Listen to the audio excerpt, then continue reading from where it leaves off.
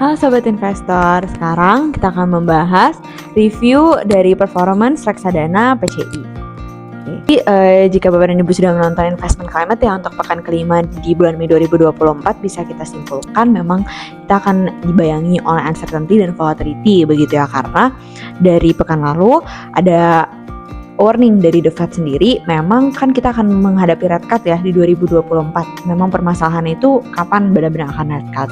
Nah, pada pekan lalu The Fed itu memberikan warning bahwa ada stance higher for longer atau membuka ruang penahanan suku bunga acuan tinggi dulu sampai waktu atau benar-benar data ekonominya itu sudah mulai moderating begitu, mulai dari inflasi, kemudian mulai dari PCE, mulai dari pasar ketenaga kerjaan.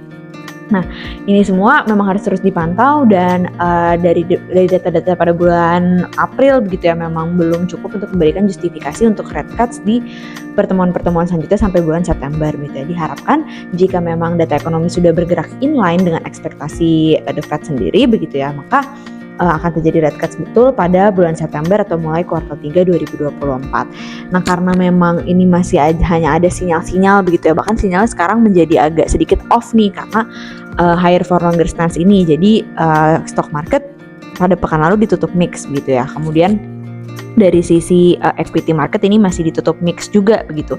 Yang disupport dari pasar Amerika itu karena dari earnings Nvidia nih, dari salah satu mega caps di pasar Amerika Serikat yang merupakan kinerja cukup bagus begitu ya.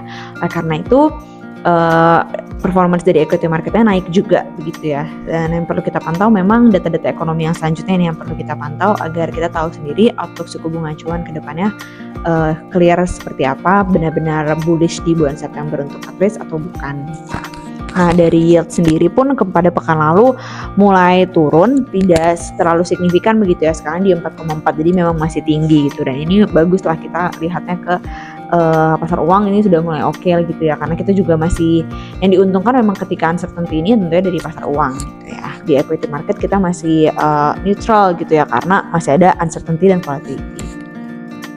Oke, untuk kinerja produk PCI kita lihat dari ini ya, range 1 bulan di sini PBS, PMM dan PFI berhasil outperform benchmark dengan membukukan kinerja PBS 2,36%, PMM membukukan kinerja sebesar 0,42% dan PFI membukukan kinerja sebesar 1,06%.